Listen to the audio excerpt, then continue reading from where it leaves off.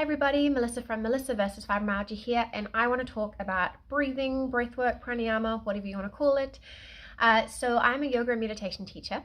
I trained in 2019 and then fell in love with all of it. So I did extra qualifications in restorative yoga, chair yoga, breathwork, yoga nidra, and now I'm finally doing the official pranayama course through my original teacher training program. I have to do it very slowly because I have 4 small children. I'm just going on a leave of absence from work because I'm about to have a serious operation. I'm about to have a hysterectomy and endometriosis excision, which will see me out of play for at least a couple of months, if not a little bit longer. So there's a lot going on in my life, but I love it so much that I'm fitting it in. I just am in love with it, and I'm at the very beginning and I'm just reading the first kind of textbook for the course. And it was really interesting because they were showing a diagram of all of the muscles involved with the respiratory process. And all of the muscles in the respiratory process are muscles that I experience problems with and that are very common for people with fibromyalgia. So we're talking the scalenes and the sternocleidomastoid muscles in your neck. We're talking about the trapezius, which is like a big diamond kind of muscle that goes across your back and shoulders, and all of your intercostals and other bits of your back. So it's all related. And so you can kind of see how that's related, but also the nervous system is very related to breathing. So your nervous system can affect your breathing, and your breathing can affect your nervous system. So with all of these things connected, it's like, why wouldn't we consider this a tool in our toolkit for fibromyalgia and chronic fatigue syndrome? And I put a post on it in my stories about an Instagram about how they're connected and stuff, and then I thought, I hope people don't think that I'm insinuating that if we do breath work it'll be like a cure, because it's not. It's one part of the puzzle. So I wanted to talk a little bit about how it's connected. So all of those muscles involved with breathing, if you breathe well, if you have good form with your breathing, for example, if you're not breathing into your chest, which a lot of people with chronic pain and fatigue are chest breathers, and I had to have a few sessions with a physiotherapist just to focus on how to learn how to breathe into my abdomen and how to use my diaphragm properly. And that alone released so much tension and pain in my shoulders and neck. And it's funny because I can feel it all the time. So for example, if I'm stressed, I can feel the breathing kind of go up here and all the tension come. And if I try to wear a mask, it doesn't work. It causes me a lot of pain because it immediately puts you into the chest breathing, which immediately makes all these muscles lock up and the trigger points go mad. So that's why when you had to wear masks, I didn't go out. I stayed home in the early stages of the pandemic. And even now, it's actually really difficult for other reasons. So with the chronic fatigue, I find it very difficult to wear a mask. And the few times I've had to wear a mask for any amount of time, I've actually nearly fainted. So I usually end up being given like a reprieve, I guess, by whoever's there. So when I went for vaccination with my son, the nurse was like, please don't wear it, because she could see that I was about to faint. But it's all related to your breathing and the muscles. And if you think about it, if you think about how much these muscles are related to respiration, you think, okay, there must be a connection. So if we can use our breath to release tension in these muscles, it's got to help, right? It's a good thing for our toolkit. And it's not just the muscles involved with our breathing.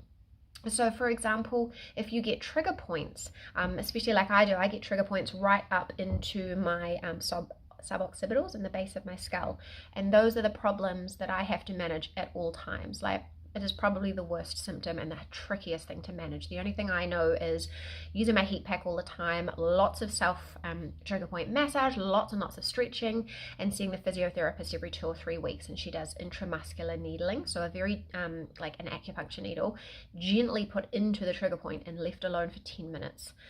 Just releases it enough and gets the blood flow going enough for it to be okay. And that's the thing I have to manage all the time. And although your suboccipital muscles are not necessarily directly related to your respiration, it's all related, right? It's all connected. If you can think like, okay, the muscles in your shoulders and the muscles in your neck are connected to your breathing, then the muscles right above them must also. So it's a good way to release that pain and tension, and I have personally found it very useful. So this is not just a theoretical thing I'm talking about.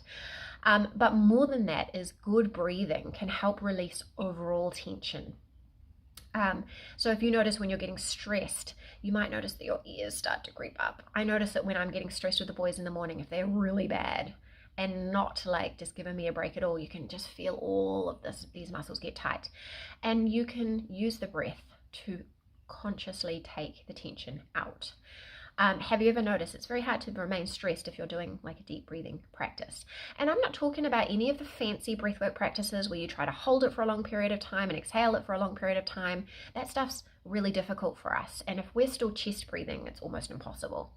I'm talking about simply focusing on our breath and maybe making our exhale a little longer, just purposely using the breath to induce the relaxation response. And that drives us to the nervous system.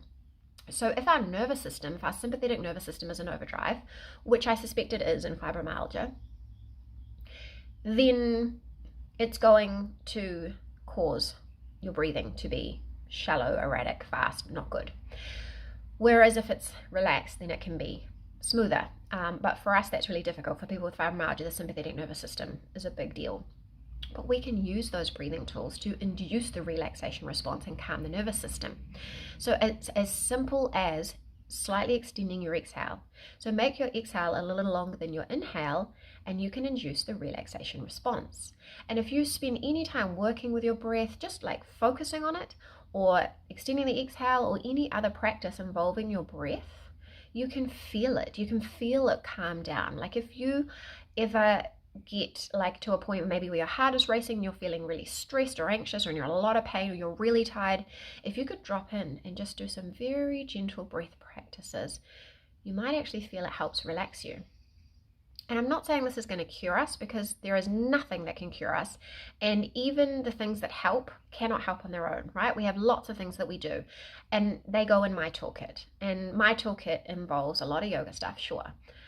That's kind of my specialty. I've got stretches, I've got classes, I've got restorative yoga, I've got my yoga nidra meditation, I've got my breath work practices, I've got my medicines, you know, the low-dose naltrexone, the quetiapine. I go for gentle walks. I love to be outside in the sun. I do lots of things, and no one thing is going to help. So when I say do some breath work, I'm not saying do it for a cure. I'm saying add it to your toolkit. And so that's why I share all of these things, because I want you to have things in your toolkit, because I remember what it was like to have nothing in my toolkit. I remember what it was like to have high pain and fatigue levels every single day with nothing that could mitigate it. I had my heat pack, I had some painkillers that didn't really help, I never slept, I had very high levels of pain and fatigue, I had nothing that helped. And even the physical therapies I did at the time didn't help, because they hadn't quite figured out the kind of method or protocol that helps the trigger points at that point. Maybe it was just the people I was seeing, but whatever, I had no help. So anyway, I've created a toolkit. I have a full toolkit of things that I know will help me. So even now, if I'm in a flare, and even if I get to that point where I'm like, oh my gosh, what if this doesn't go away? What if this doesn't end? I'm like, no, I've got my practical tools. And so that's why I share all of these things with you. That's why I've created the Patreon membership, where you can join to support me to create the on-demand yoga library, where I'm just filling it with tools that you can take and use and add to your toolkit. It's not just yoga. I've got lots of other stuff, because I've been sharing a lot of things for a long time, practicing them for myself, doing research. But that's why I'm doing it, is because I want it to be for your toolkit. So I encourage you to play with your breath. Have a go at a breathing practice. I've got a few here on my channel. I've got loads in my yoga studio that you can come and join. But play with your breath today and see, does it help a little bit? What happens if you do it for a potentially longer period of time, so you can maybe train your muscles to be a little more relaxed and your nervous system to calm down? I think my dog needs to go and do some breath work right now. He's looking around for something. I don't know what.